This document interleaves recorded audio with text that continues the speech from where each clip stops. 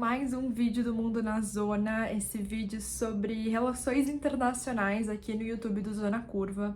Eu sou a Giovana Branco, eu sou mestre em Relações Internacionais e pesquisadora de Cultura e Política Externa da Rússia, e hoje eu separei alguns temas aqui que aconteceram recentemente para falar com vocês. Mas antes do vídeo começar, não deixa de se inscrever aqui no canal do Zona Curva para você acompanhar esse programa, mas também todos os outros conteúdos que são produzidos por aqui. E também não deixe de curtir e deixar o seu comentário caso você queira fazer alguma pergunta ou alguma sugestão ao longo do vídeo. Então é isso e bora agora para os temas que eu separei. Hoje eu vou começar falando sobre um tema histórico. Normalmente eu trago aqui notícias, né, coisas que aconteceram mais recentemente, mas eu acho que essa data que foi marcada recentemente é também muito importante e nos traz debates muito interessantes, que é o aniversário de 78 anos dos bombardeios de Hiroshima e Nagasaki. Lá em 1945, no dia 6 de agosto, os Estados Unidos lançaram duas bombas atômicas sobre o território japonês, uma em Hiroshima e outra em Nagasaki. Esse episódio foi a primeira vez em que um país utilizou o armamento atômico contra uma população civil. Foi a primeira e única vez que a gente teve um evento nesse tipo. E desde então a gente nunca mais utilizou armas nucleares, justamente pelo seu alto poder de destruição. Lá naquele momento, durante a Segunda Guerra Mundial, os Estados Unidos e o Japão eram inimigos, a Alemanha nazista já havia sido derrotada e o Japão era o único que continuava lutando ao lado do eixo, né, dos países do eixo. E os Estados Unidos e os outros países aliados queriam, de alguma forma, impedir que o Japão continuasse resistindo sozinho nessa luta.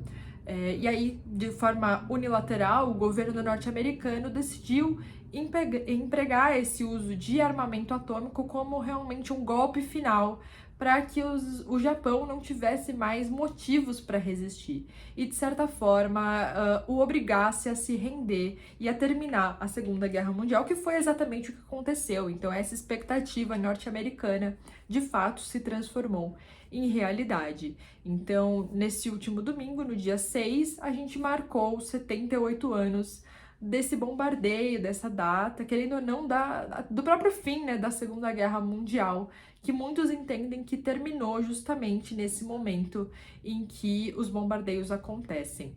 E por que a gente entende que a Segunda Guerra Mundial acaba ali? Embora a gente ainda tenha mais alguns acontecimentos depois, que inclusive são muito bem reportados, né? Acaba ali porque o uso das armas nucleares, além de ser uma grande surpresa naquele momento, porque, de novo, era um armamento novo, que tinha sido desenvolvido há pouco tempo, que ninguém tinha exatamente a noção de qual seria o nível de destruição. É claro que os cientistas calculavam como isso aconteceria, mas é muito diferente a gente olhar as coisas de forma teórica e realmente colocar na prática, né, no mundo real, qual o efeito realmente daquele bombardeio. Isso foi uma surpresa para a época, foi algo que extremamente comentado em todo o mundo, inclusive os aliados dos Estados Unidos ficaram muito assustados com aquele tipo de destruição, e isso foi necessário, inclusive, que os Estados Unidos avisassem os seus aliados, principalmente a França e o Reino Unido, antes que isso iria acontecer, para que eles no futuro não vissem isso como uma ameaça, né, dos Estados Unidos sendo esse país nuclearizado, mas ainda assim gerou grandes incômodos internacionais por conta da destruição humanitária, obviamente. Nós temos um número em torno de 110 a 210 mil pessoas que morreram no momento do bombardeio, mas se a gente comentar e começar a contar os números de mortes de dias e semanas depois desse acontecimento por conta de consequências desse bombardeio atômico, como, por exemplo, a própria radiação que foi liberada, ou, por exemplo, fome, um monte de outras questões que também levaram à morte de mais milhares de japoneses, esse número se torna muito maior e muito mais assustador. Então, hoje, por exemplo, nós temos acesso a um conjunto de fotografias, de vídeos mesmo, né, que foram feitos do momento do bombardeio. Claimed to show the atomic bombing of Hiroshima, Japan. the world's first atomic bomb. La première bombe atomique de l'histoire. Atomic bomb hit an enemy target. But none of these are the bomb they called Little Boy. E até hoje é uma questão realmente assustadora para todos nós. Então, aquele foi o primeiro e único, a primeira e única utilização de armas nucleares nesse porte contra uma população, justamente por ser um evento avassalador na política internacional. Inclusive, as relações internacionais mesmo, enquanto um campo acadêmico, se dedicam muito a entender o uso de armas nucleares e os seus efeitos na política internacional. E eu acho que é por isso que essa data também se torna muito relevante para a gente relembrar. É óbvio que a gente tem que relembrar também a questão humanitária para o Japão naquele momento, que era um país que já estava praticamente se rendendo na Segunda Guerra Mundial, que de fato ainda continuava com algumas frentes de batalha, mas sem o apoio, né, da Alemanha, que já tinha sido derrotada pouco antes, ele não conseguiria mais suportar sozinho por muito tempo. Então, existe essa outra condenação também referente ao uso dessas armas, porque para além de ser imoral, né, utilizar um armamento tão destrutivo assim contra uma população desarmada, civis, é também uma questão de utilizar esse tipo de armamento e dar esse tipo de recado a um país que estava praticamente rendido naquele momento. Então, essas duas coisas aqui me trouxeram para falar sobre esse evento histórico, né? Sobre esse aniversário que precisa ser relembrado por esses todos os motivos que eu comentei aqui e talvez outros mais. E apesar de atualmente a comunidade internacional ser muito eficiente em ser contra o uso desse tipo de armas nucleares, em se manifestar e dizer o quanto que isso é absurdo, por exemplo, quando houve uma discussão sobre a Rússia utilizar armas nucleares táticas, que são armas nucleares menores, né, pequenininhas, contra a Ucrânia, por exemplo, vários países rapidamente se prontificaram dizendo que isso seria um absurdo, seria uma crise humanitária, que a Rússia estaria sendo imoral e que, inclusive, deveria ser condenada caso isso acontecesse. Então, vários países eles se mobilizam muito toda vez que essa ameaça nuclear aparece. Mas, curiosamente, a nossa comunidade internacional é bem menos eficiente em se manifestar contra outras crises humanitárias, outros problemas que talvez sejam muito mais presentes no nosso dia a dia, né? E são questões muito mais iminentes, principalmente quando a gente pensa nos países do terceiro mundo, os países mais pobres e que são e foram, né, sistematicamente abandonados pelo norte global, pelos centros de poder internacional. Eu gostaria então de agora falar sobre uma dessas crises que vem acontecendo já há muitos anos, mas que cada vez mais parece se agravar, que é a crise humanitária que ocorre atualmente no Haiti.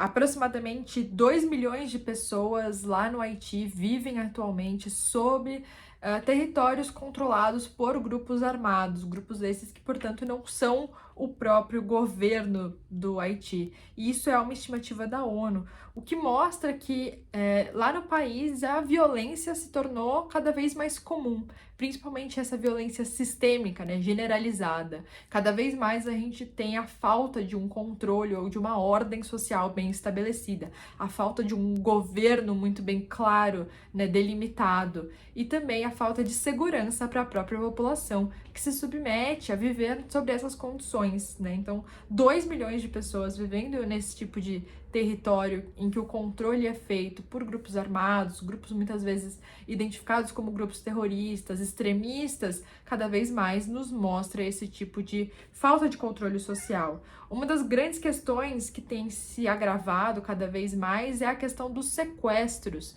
tanto de crianças principalmente, mas também de mulheres. Então, jovens são muito sequestrados atualmente no Haiti para serem convocados para esses grupos armados. Então, já, né, quando ainda são muito pequenos, muito adolescentes em sua maioria, já são levados de suas residências para serem treinados nesses campos de treinamento e se juntarem a esses grupos armados, a essas gangues, digamos assim, e muitas mulheres têm sido também sequestradas e abusadas sexualmente. Então isso tem se tornado cada vez mais um problema quando a gente pensa no Haiti. Esses grupos armados conseguiram tomar o controle de várias regiões do país, principalmente depois de julho de 2021, quando o antigo presidente haitiano foi assassinado. Naquele momento, então, quando o Moïse, né, acaba saindo, perde o seu poder por conta desse ato de violência, esses outros grupos que eram rivais acabam tomando controle e causando essa grande instabilidade no país. Vocês devem se lembrar também que no Haiti houve um grande terremoto lá em 2010, então a gente já tá falando aí de 13 anos de problemas nesse país, nessa região de uma forma geral, mas no Haiti especificamente, por conta primeiramente do terremoto e depois de todas as consequências que surgiram. Então, obviamente aqui eu tô falando sobre violência e insegurança, mas nós tivemos também ao longo desses últimos anos e temos também atualmente outros problemas, como por exemplo, a crise alimentar, né? Muita da população, grande parte da população do Haiti vem passando fome, crises de cólera, outras crises relacionadas ao sistema de saúde. Então, atualmente, a emergência humanitária, a necessidade de um tipo de ajuda externa para o Haiti é maior, inclusive, do que era necessário lá em 2010, logo na emergência desse terremoto. Então, nos mostra que nesses últimos 13 anos, não só a situação humanitária no Haiti não conseguiu ser controlada desde o terremoto, quanto também que ela piorou ao longo do tempo. Então, hoje, os haitianos estão com muito mais necessidades de um apoio da comunidade internacional do que lá atrás. E aí, em meio a todo esse cenário caótico e instável que eu acabei de mostrar para vocês, o secretário-geral da OTAN, o Antônio Guterres, solicitou e pediu ao Conselho de Segurança que aprovasse rapidamente a utilização, né, uma ajuda, uma força-tarefa militar, inclusive, para que pudesse ajudar a Polícia Nacional do Haiti a controlar a situação e tentar manter a estabilidade do país. Essa é uma medida que o governo de transição do Haiti apoia também, vem pedindo já por uma intervenção, e todo tipo de intervenção da ONU precisa ser aprovado pelo Conselho de Segurança. A grande maioria dos órgãos da ONU tem um caráter recomendatório. A Assembleia Geral, por exemplo, tem esse caráter recomendatório. Nenhuma das decisões feitas nesse tipo de instância é realmente obrigatória para os países que assinam, aceitam ou votam a favor. Mas quando o Conselho de Segurança decide algum tipo de coisa, como por exemplo o estabelecimento de missões de paz, forças-tarefa, todas essas questões, isso sim tem um caráter mandatório. Então, se o Conselho de Segurança de fato aprovar o estabelecimento dessa força-tarefa para auxiliar a polícia lá no Haiti, nós teremos uma intervenção internacional novamente lá nessa região. Vocês devem também se lembrar que por muitos anos nós tivemos a MINUSTAH, que foi justamente essa missão de paz, inclusive comandada pelo Brasil, pelo Exército Brasileiro, para tentar restabelecer a ordem no país. Nós vimos que tivemos alguns avanços, né, desde que essa missão terminou, mas não quanto esperávamos. Então, normalmente, esse tipo de missão da ONU, o envio dos capacetes azuis, né, tão famosos capacetes azuis, para esses países de instabilidade, tem alguns tipos de objetivo em mente. O primeiro deles, é claro, é garantir a segurança da população, garantir algum tipo de ordem e estabilidade, garantir que o governo, seja ele, por exemplo, esse governo de transição do Haiti ou um governo antigo, né, um governo antes do tipo de evento instável, conseguisse se manter no poder, também criar instituições novas capazes realmente de manter, por exemplo, o sistema judiciário funcionando, manter a justiça funcionando nesse ambiente que precisa, né, de algum tipo de ordenamento jurídico, ordenamento político e ordenamento social de volta. Então, tudo isso deve ser levado em consideração para essa decisão do Conselho de Segurança. Atualmente, né, o Conselho de Segurança vem também passando por um outro problema, que é um dos países do Conselho de Segurança tem preocupações internas. A Rússia, por exemplo, está envolvida em uma guerra e pode ser que os seus diplomatas não estejam tão preocupados com outras questões internacionais. Então, tudo isso ainda é um pouco difícil da gente analisar, se é possível ou não que isso seja aprovado pelo Conselho de Segurança, mas o primeiro passo já foi dado, que é justamente esse pedido do Antônio Guterres para o Conselho de Segurança aprovar essa medida e a gente restabelecer uma intervenção internacional no Haiti para tentar conter essa crise humanitária que pouco tem sido comentada nos jornais. Como eu comentei, a Rússia está atualmente passando por problemas de instabilidade interna, por estar envolvida em uma guerra interestatal contra a Ucrânia, então todas as suas atuações em outros fóruns internacionais acabam sendo afetadas por esse cenário, e é então necessário que a gente olhe um pouquinho para a política russa também, não só para a questão da guerra em si, né, essa política externa, mas também para a sua política interna e como que tem se desenrolado nesses últimos anos, principalmente nesses últimos tempos, desde que a guerra começou. E hoje eu vou falar sobre uma nova condenação ao Alexei Navalny. O Navalny, que é um dos principais opositores do Putin atualmente, ganhou bastante notoriedade há uns anos atrás, ele tinha bastante presença online e acabava conseguindo abarcar, né, e conversar com um público muito mais jovem, que normalmente é o público que é o contrário ao Putin.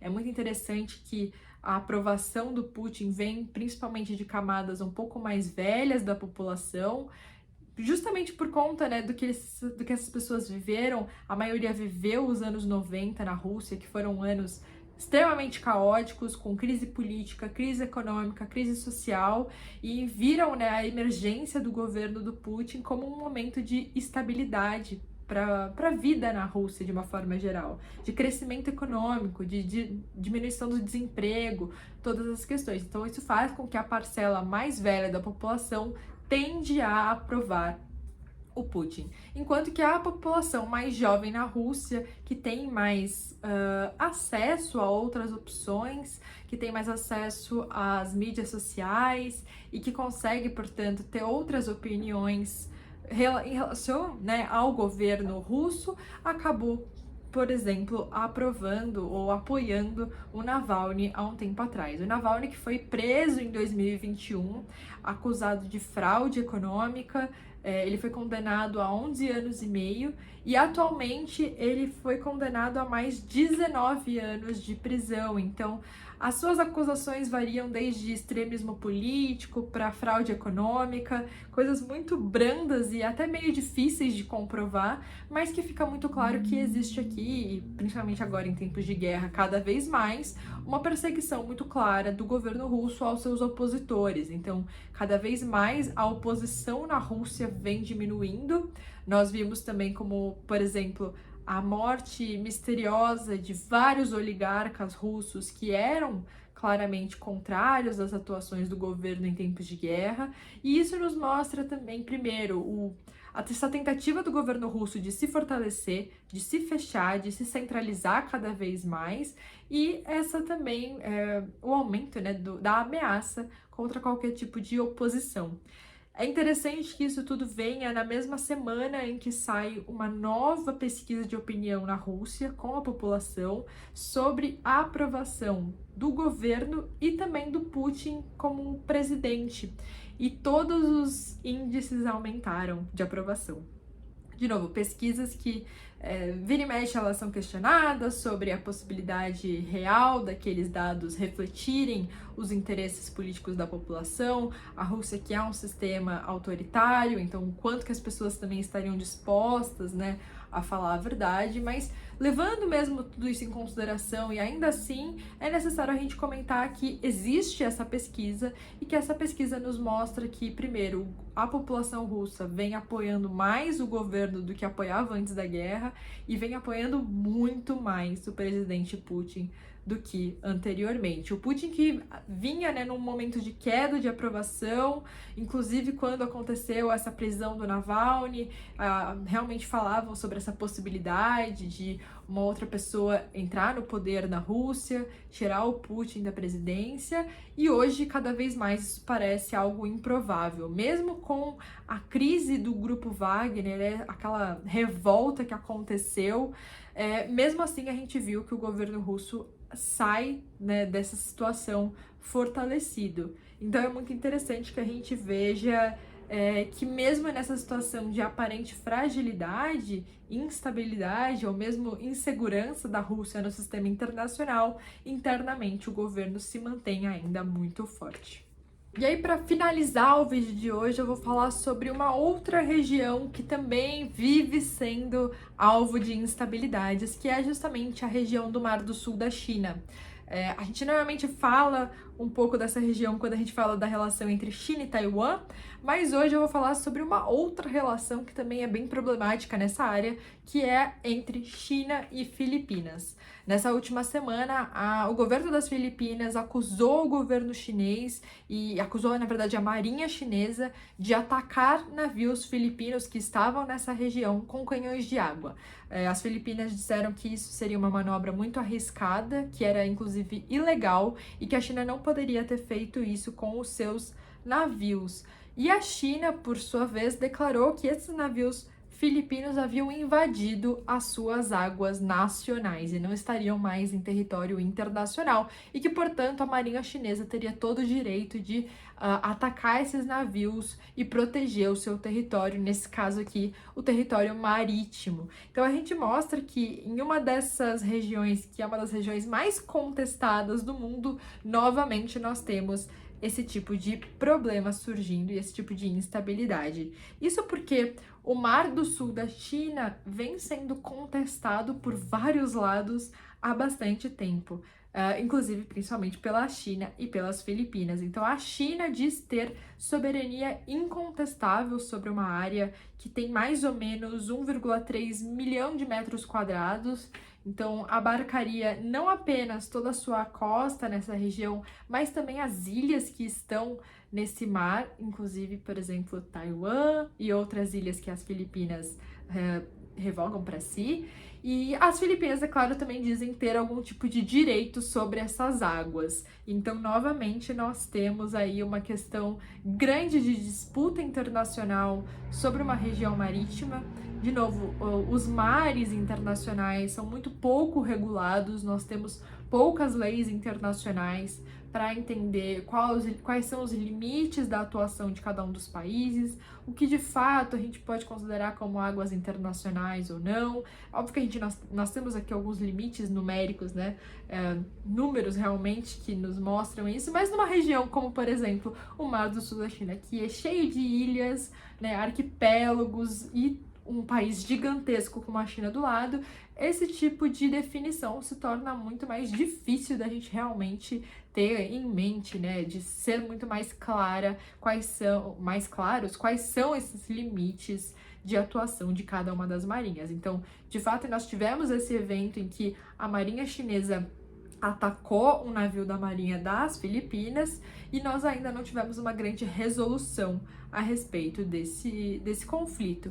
Mas, de certa forma, ele nos mostra novamente uma região instável no mundo, nesse caso aqui no sul da China. Então, eu realmente espero que vocês tenham gostado do vídeo de hoje. De novo, não deixem de se inscrever aqui no canal, de deixar dúvidas e comentários aqui embaixo e assistir também os próximos vídeos que vêm nas próximas semanas. Muito obrigada e até mais!